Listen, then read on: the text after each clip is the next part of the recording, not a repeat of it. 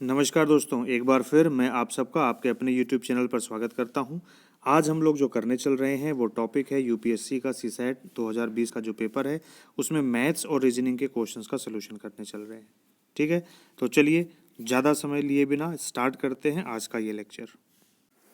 ये क्वेश्चन आपको दिया कि एक वस्तु पर एक दुकानदार एक ग्राहक को निम्न छूट के विकल्प देता है 10% और 20% की क्रमिक छूट और तदुपरांत 10% सेवा कर का भुगतान, 20% और 10% की क्रमिक छूट और तदुपरांत 10% सेवा कर का भुगतान, पहले 10% सेवा कर का भुगतान तदुपरांत 20% और 10% की क्रमिक छूट।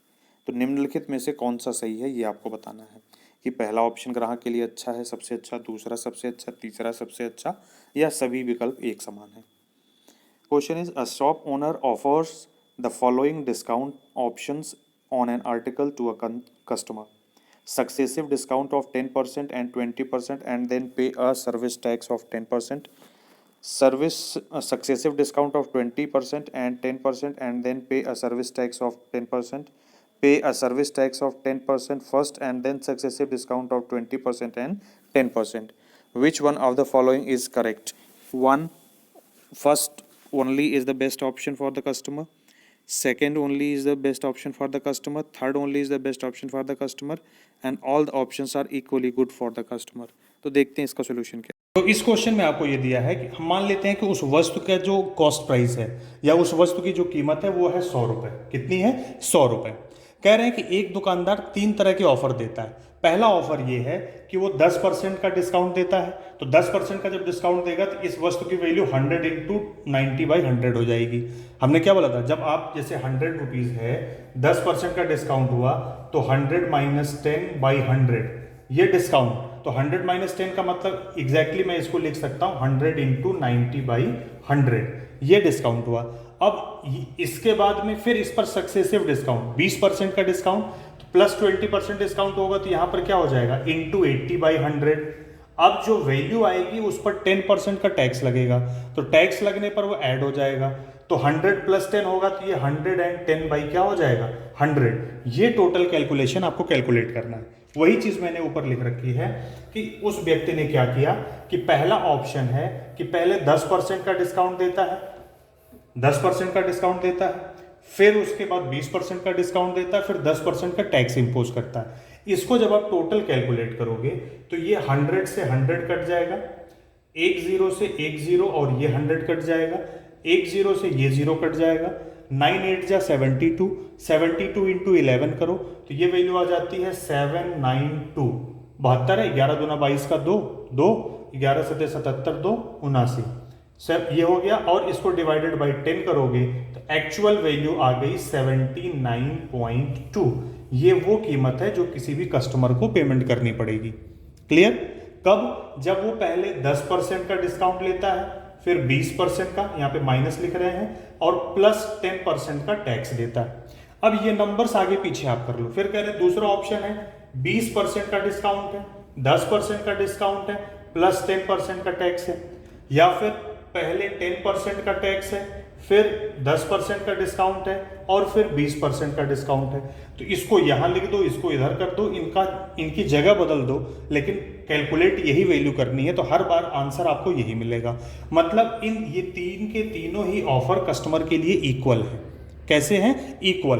तो आपका जो ऑप्शन होगा वो ऑप्शन होगा जिसमें क्या है कि तीनों ऑप्शन सेम है। इसका जो राइट आंसर होगा वो होगा ऑप्शन नंबर डी, कि कस्टमर के लिए सारे ऑप्शन इक्वल हैं, एक जैसे हैं। समझ में आ गई बात? तो ये होगा इसका आंसर। ए से जेड तक के वर्ण 1 से 26 तक क्रमशः क्रमांकित किए गए हैं। यदि GHI 1578 और DEF 912 है तो ABC किसके बराबर होगा? The letters from A to Z are numbered from 1 to 26 respectively. If GHI is equal to 1578 and DEF is equal to 912, then what is the value of ABC? और ये question तो बहुत ही आसान है।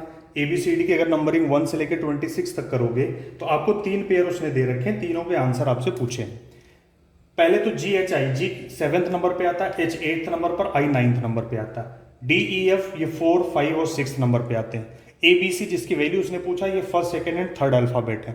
ठीक है, इनकी वैल्यू अगर पोजीशन वाइज लिखो तो 789 होती है, लेकिन यहाँ पे क्वेश्चन में दे रखा है 1578, इसका जस्ट डबल है। इसमें अगर आप 2 से मल्टीप्लाई करोगे तो ये रिजल्ट आपको मिल जाएगा। उसी तरीके से DEF में 456 है, इसका ये डबल वैल्यू है। जैसे इसमें इंटू 2 करोगे ये 912 मिल जाएगा। तो भाई 1 2 3 की वैल्यू भी आपको क्वेश्चन के हिसाब से देखनी है। सबकी वैल्यू डबल हुई है तो इसकी भी डबल कर दो। 1 2 3 इंटू 2 कर दो तो 2 3 जा 6, 2 2 जा 4, 2 1 जा 2। तो आपका आंसर हो गया 246। क्या आंसर हो गया? 246। और ये आपका ऑप्शन नंबर डी है, इसलिए आपका राइट आंसर हो गया ऑप्शन डी 246। अब ये क्वेश्चन आपको दिया कि निम्न में से कौन सी सबसे बड़ी संख्या है। ये 4 ऑप्शंस दे दिए, इसमें से लार्जेस्ट नंबर कौन सा ये आपको बताना है।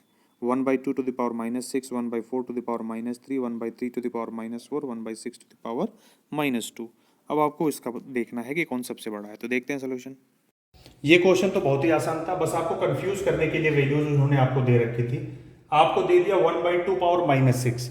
तो आप एक चीज जान लो, अगर मैं जैसे ये लिखूं 2 की पावर 2, तो इसी को मैं लिख सकता हूं कि 1/2।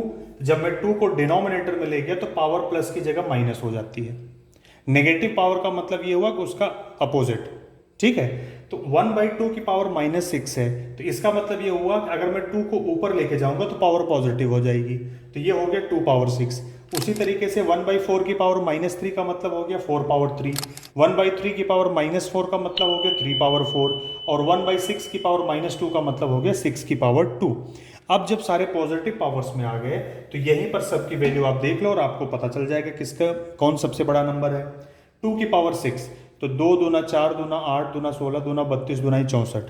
2 की पावर 6 की वैल्यू होती है 64। 4 पावर 3 कितनी होती है? तो 4 में कितनी 3 टाइम्स प्रोडक्ट करना है, 3 बार गुणा करो, 4 चौको 16 चौको 64, ये भी 64 हो गया। 3 की पावर 4 का मतलब 3 को 3 में 4 टाइम्स, 3 3 जा 9, 3 जा 27, 3 जा 81, और 6 की पावर 2 हो गया 36।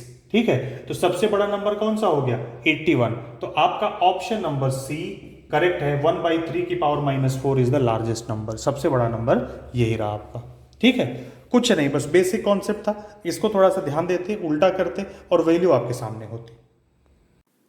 अधिकतम लंबाई x क्या होगी जिससे कि 3.5 मीटर और 8 सही 3/4 मीटर x के पूर्णांक गुणज हों। What is the greatest length x such that 3.5 meter and 8:3/4 meter are integral multiple of x? इसमें से कौन सा इसका सही आंसर होगा ये आपको बताना है। अब इसमें आपको दो वैल्यूज दी गई हैं, कितनी? 3:1/2, 8:3/4। आपसे कहा गया है कि इन दोनों का हाईएस्ट कॉमन फैक्टर HCF क्या होगा। क्वेश्चन में जो पूछा है HCF महत्तम समापवर्तक आपसे पूछा है, डायरेक्टली नहीं पूछा, आपसे ये पूछा कि वह बड़ी से बड़ी संख्या कौन सी होगी जिससे ये दोनों संख्याएं कट जाएंगी। ठीक है, जो इनका पूर्णांक गुणज होगा, ठीक है, जिसके ये पूर्णांक गुणज होंगे, तो उसका मतलब आपको क्या निकालना? महत्तम समापवर्तक। तो ये कितना हो? 2 3 6 1 7/2, 8 चौको 32 3 35/4। फ्रैक्शंस में जाके आप देखो, हमने आपको बताया कि कैसे फ्रैक्शंस का महत्तम समापवर्तक निकालते हैं। सबसे पहला काम करना है डिनोमिनेटर दोनों का इक्वल करना है। तो यहाँ पर 4 है, यहाँ पर 2 है, तो 2 को 4 करने के लिए 2 से नीचे 2 से ऊपर गुणा कर दिया, तो ये वैल्यू हो गई 14/4 और ये हो गई 35/4। तो जो इसका महत्तम समापवर्तक यानी HCF होगा, डिनोमिनेटर 4 एज इट इज रहेगा। न्यूमरेटर में कॉमन नंबर बताओ, कौन सा ऐसा नंबर है जो 14 और 35 दोनों में कॉमन है? 14 होता है 2 × 7 और 35 होता है 5 × 7, तो 7 है कॉमन नंबर, तो हाईएस्ट कॉमन फैक्टर हो जाएगा 7/4। 7/4 को अगर मैं बोलूं तो ये हो जाएगा 1:3/4। तो 1:3/4 वो नंबर है जो जिसका अगर आप डबल करो इंटू 2 करो तो ये 3:1/2 हो जाएगा, यानी कि इसकी टेबल में ये भी आएगा। और 1:3/4 वो नंबर है जो 8:3/4 को भी कैंसिल आउट कर देगा। क्लियर है?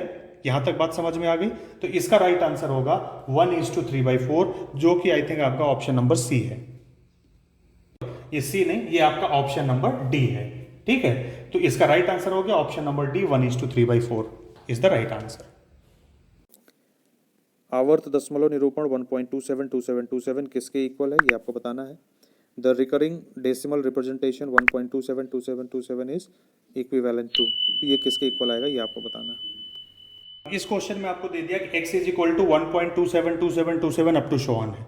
ठीक है, ये कह रहे हैं कि ये फ्रैक्शनल फॉर्म में बताओ, आप इसको भिन्नात्मक रूप में कन्वर्ट करो। तो हमने आपको क्या बोला था, आपको ये देखना है कितने अंक रिपीट हो रहे हैं। तो देखो आप 2 डिजिट ऐसी हैं जो रिपीट हो रही हैं, तो 1 डिजिट रिपीटिशन पे 10 से मल्टीप्लाई कर देते, 2 डिजिट पे किससे करेंगे 100 से। तो 2 डिजिट रिपीट हो रहे हैं तो इसको 100 से मल्टीप्लाई करो, दोनों तरफ वैल्यू में चेंज ना, इसलिए इधर भी 100 से मल्टीप्लाई, इधर भी 100 से मल्टीप्लाई। इधर किया तो ये वैल्यू आपकी हो जाती है 100x, और इधर किया तो ये वैल्यू हो जाती है 127.27, क्या हो जाता है 0.272727 अप टू शो ऑन। अब आपको क्या करना था, इसमें से ये वाली वैल्यू माइनस कर दो। तो जब आप डिफरेंस निकालोगे तो 100 माइनस 1 क्या आया 99x। इधर डेसिमल के बाद इक्वल वैल्यूज है तो सभी कैंसिल हो जाएंगे। पहले क्या है 127 में से 1 गया तो कितना आ गया 126, तो x की वैल्यू आ जाएगी 126/99। 9 से कैंसिल करो तो 9 1 जा 9, 9 4 जा 36, 9 1 जा, तो आंसर आ गया 14/11, और यही आपका राइट आंसर है। कितना 14/11। ये आपका ऑप्शन नंबर बी है, तो option B is the right answer. ये क्वेश्चन आपको है कि 4 अंकों की सबसे छोटी संख्या कौन सी है जिसे 3, 4, 5 और 6 से विभाजित करने पर हर बार 2 शेष बचता है। What is the least 4-digit number when divided by 3, 4, 5 and 6 leaves a remainder 2 in each case? जैसे इस क्वेश्चन में आपसे ये पूछा कि 4 अंकों की सबसे छोटी संख्या आप वो बताओ जो 3, 4, 5 और 6 से क्या हो जाने चाहिए, डिवाइड करने पर 2 शेषफल बचने चाहिए।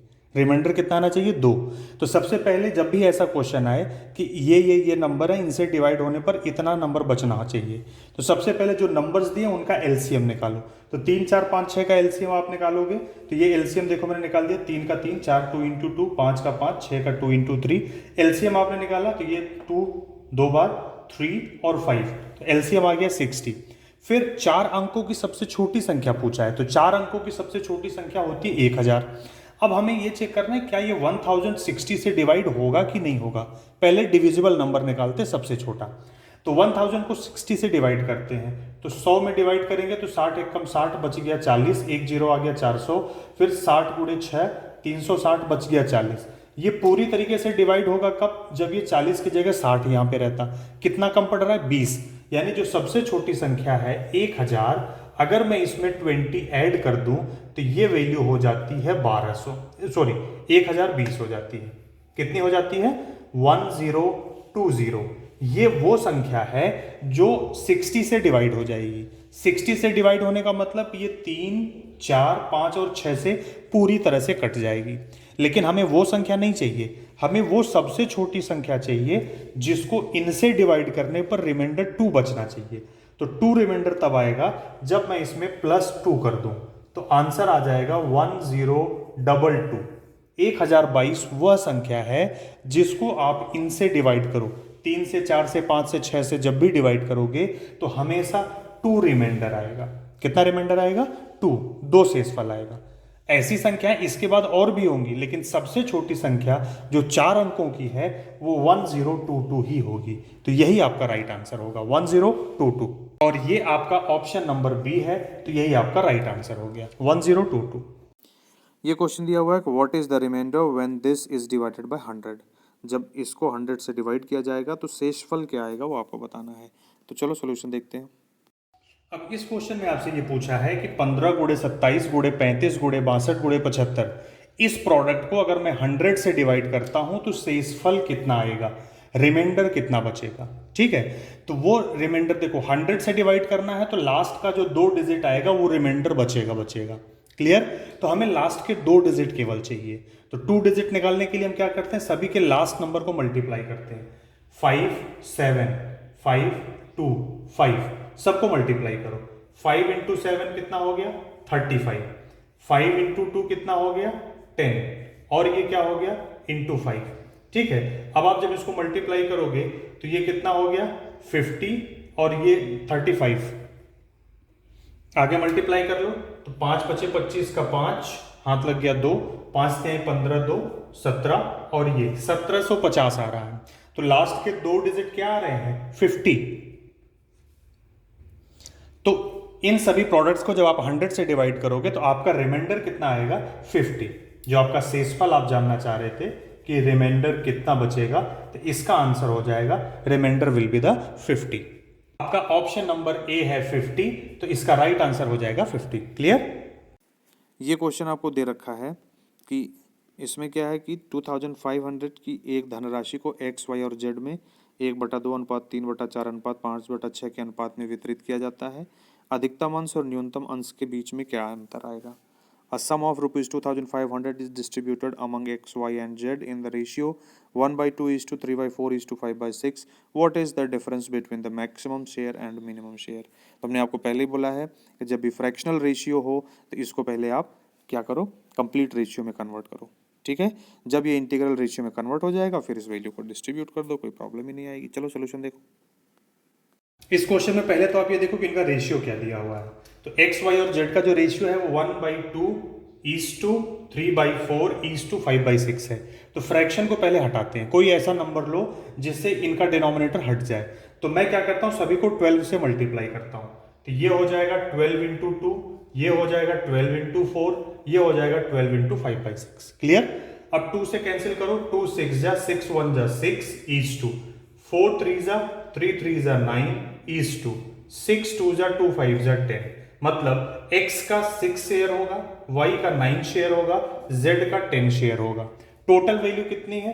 2500। वो टोटल वैल्यू है जो डिस्ट्रीब्यूट होनी है। आपसे पूछ रहा है कि लार्जेस्ट एंड स्मॉलेस्ट के बीच का जो गैप है वो बताओ। मतलब 10 और 6, सबसे ज्यादा z को मिलेगा 10 यूनिट, सबसे कम किसको मिलेगा? x को मिलेगा 6 यूनिट। तो दोनों का डिफरेंस कितना आ गया? 4। टोटल ऐड ऑन करोगे तो ये वैल्यू आ जाती है कितनी? 25। तो आपको ये 4 की वैल्यू निकालनी है। तो ये बताओ 25 इक्विवेलेंट है 2500 के, 100 टाइम्स ज्यादा। 9 6 15 10 25 हुए।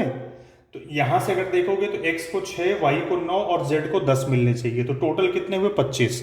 एक्चुअल में वैल्यू कितनी है? 2500।